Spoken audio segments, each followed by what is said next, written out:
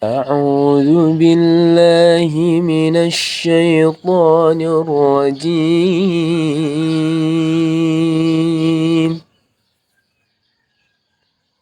بسم الله الرحمن الرحيم.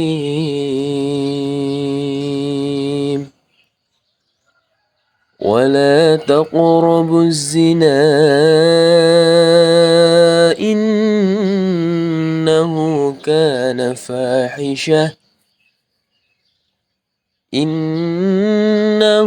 كان فاحشة وساء سبيلا. صدق الله العظيم. Aku berlindung kepada Allah dari godaan syaitan yang terkutuk dengan menyebut asma Allah yang Maha Pengasih lagi Maha Penyayang. Dan janganlah kamu mendekati zina. Zina itu sungguh suatu perbuatan yang keji dan suatu jalan yang buruk. Maha benar Allah atas segala firman-Nya. ولا تقربوا الزنا إنه كان فاحشة وساء سبيلا. ولا تقربوا lan ojo marek-marek sapa sira kabeh azina ing zina. Ka oleh marek-marek zina. Nek teng pondok-pondok biasane disampaikno parek-parek wae ora oleh apa meneh nglakoni hal-hal yang mengantarkan seseorang kepada zina itu harus dihindari. Bergandengan tangan kepada yang bukan jenisnya, berjalan dengan lain jenis di tempat-tempat yang sepi,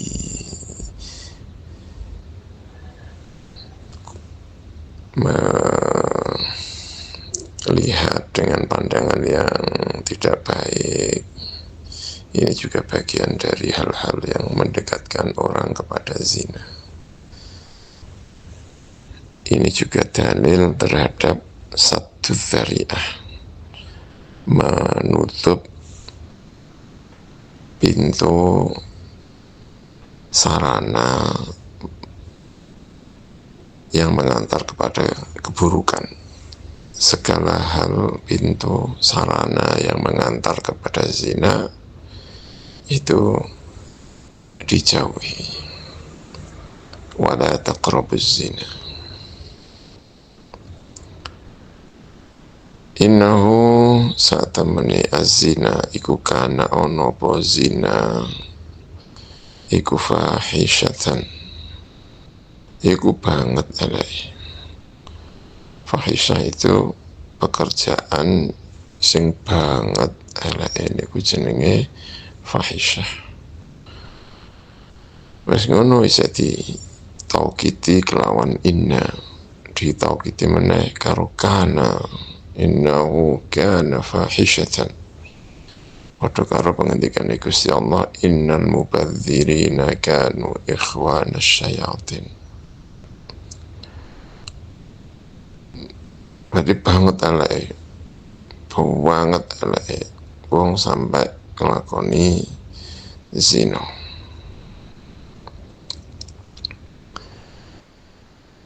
Wasa'alan elek banget apa zina, apane sabilan, apane dalane.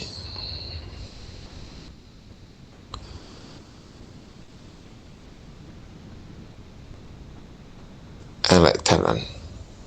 Zina niku jalan yang buruk, jalan sing paling elek. Dalan iku maksudnya apa tau? Dalan iku maksudnya sing biasa dilakoni.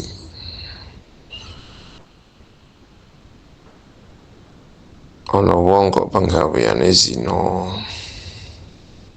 niku buruk.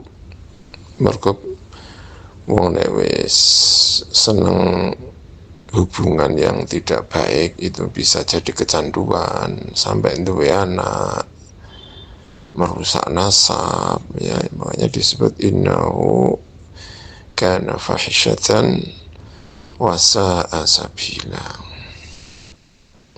Jadi parek-parek ya ora oleh,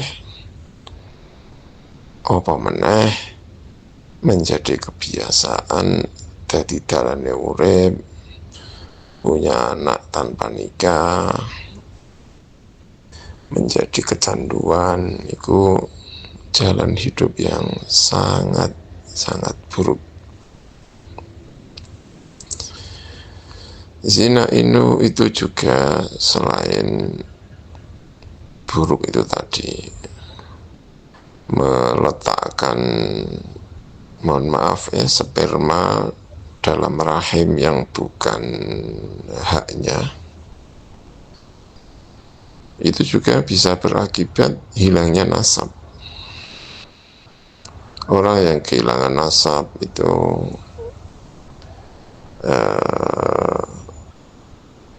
susah untuk mendidik, kendala pendidikan, karena anak itu butuh bapak, butuh ibu, butuh contoh yang baik.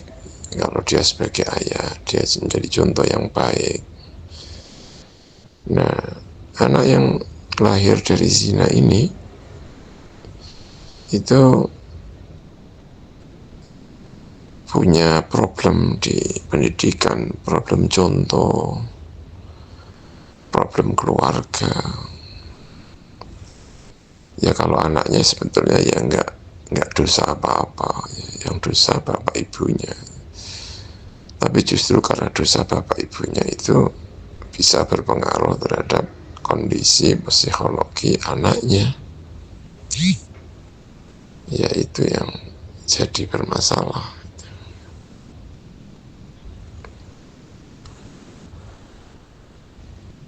Jadi Al-Quran ini memang benar-benar memusuhi zina ya. Ada riwayat mengenai zina ini. Seorang laki-laki muda datang kepada Kanjeng Nabi Muhammad SAW, lalu menyampaikan, ya Rasulullah, i'dzan li bizina, izini saya zina. Pemuda datang kepada Kanjeng Nabi malah minta izin untuk zina. Ya tentu yang hadir di majelis itu menjadi tidak suka. Maka orang-orang yang di majelis itu ya membentak, mah gitu. Tapi Rasulullah melihat ada sesuatu yang tidak baik itu sebagai satu kesempatan untuk berbuat baik. Jadi kalau kita melihat sesuatu yang tidak baik itu ya selain kita perlu ingkar, tetapi di satu sisi yang lain itu adalah peluang untuk berbuat baik. Begitu ada pemuda datang kepada Kanjeng Nabi menyampaikan maksudnya minta izin untuk diperbolehkan zina, ya selain diingkari, ini adalah kesempatan untuk memperbaiki ya. Maka Kanjeng Nabi mengatakan, udnuh, dekatkan dia kepadaku. Lalu orang yang datang tadi itu, pemuda itu mendekat kepada Kanjeng Nabi Muhammad SAW. Lalu Kanjeng Nabi ngendika, ijlis, duduk. Lalu dia duduk. Nah, Kanjeng Nabi itu pintar sekali. Dia diberi logika. Nabi mengatakan, atuhibbuhu li ummik. Orang yang kamu ajak untuk zina itu mungkin ibumu gitu. Maka Nabi mengatakan, kamu senang nggak kalau zina itu dilakukan oleh ibumu? Karena perempuan yang diajak zina itu juga punya potensi ibu orang lain. Lalu pemuda itu mengatakan, ya Allah, wallahi, demi Allah tidak. Tidak ada seorang pun, kata dia, yang mencintai, yang mengharapkan, senang zina itu dilakukan untuk ibu-ibu mereka. Nggak ada yang suka. Lalu Kanjeng Nabi menambahkan, kamu senang nggak zina itu untuk anakmu, anak putrimu?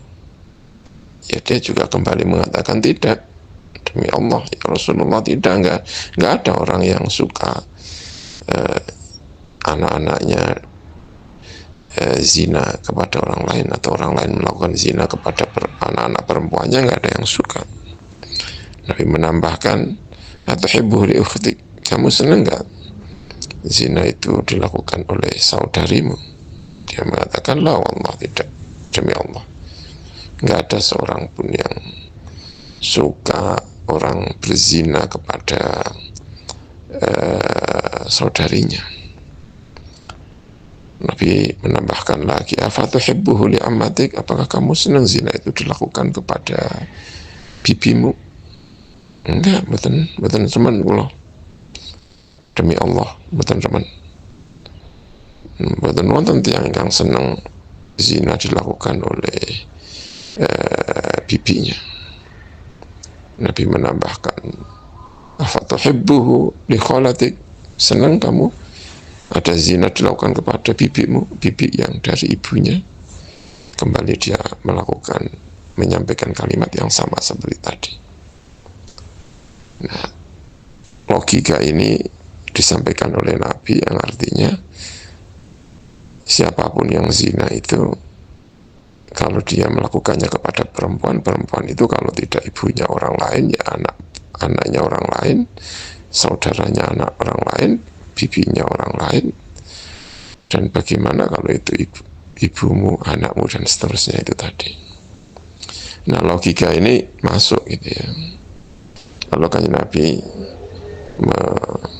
meletakkan tangannya kepada pemuda itu dan Nabi berdoa, Allahumma ghfir dzambah wa tahhir qalbahu wa hassin farjah, ya Allah, ampuni dosanya, bersihkan hatinya, jaga alat kelaminnya.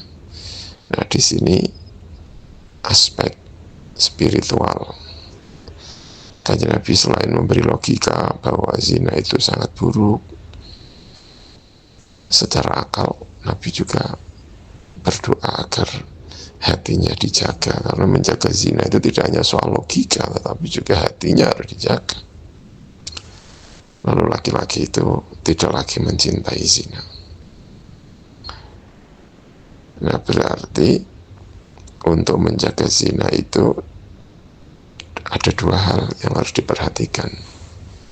Yang pertama adalah logika, otak kita mengatakan bahwa itu adalah buruk. Yang kedua, karena ini soal nafsu, soal lingkungan, ini spiritualnya juga harus dijaga. Membaca Al-Quran, kumpul dengan orang-orang baik, sholat berjamaah, melakukan kegiatan-kegiatan seperti ini, maka hal-hal yang semacam ini punya potensi yang kuat untuk menjaga iman, menjaga agar diri tidak terjatuh kepada perbuatan-perbuatan zina. Dan tentu tadi ya, jangan mendekati zina.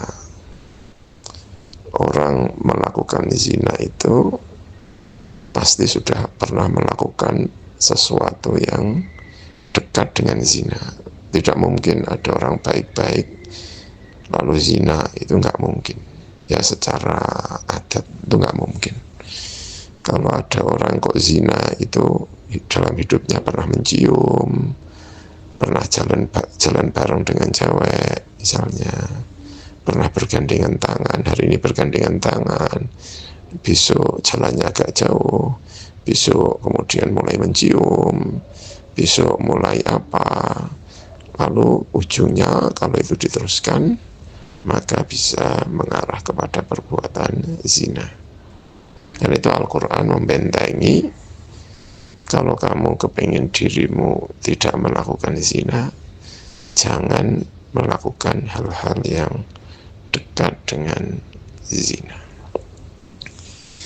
Wala taqrabuz zina innahu kana fahishatan wa sa'a sabila. Ayat ini itu diathafkan kepada wala taqtulu auladakum khasyata imlaq. Dulu orang-orang Arab itu sebagian membunuh anak-anaknya.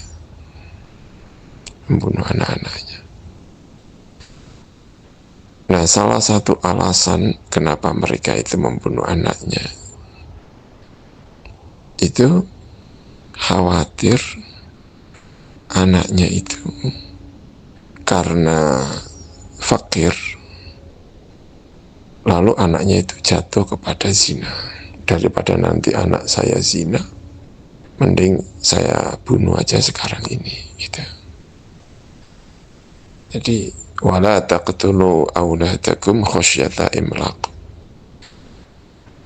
Ya, karena soal ekonomi, fakir itu khawatir orang tua itu nanti anaknya itu kalau fakir, kalau ekonominya sangat rendah sekali, nanti dia kepepet atau apa, pokoknya apapun gitu ya, lalu jatuh kepada perbuatan zina, dibujuk oleh orang lain atau apapun lah, itu bisa mengantar ke sana. Nah, lalu orang-orang Arab itu dulu daripada khawatir anaknya itu nanti melakukan zina, khawatir nanti itu aib ya, mencoleng nama besar, ya kemudian dibunuh gitu.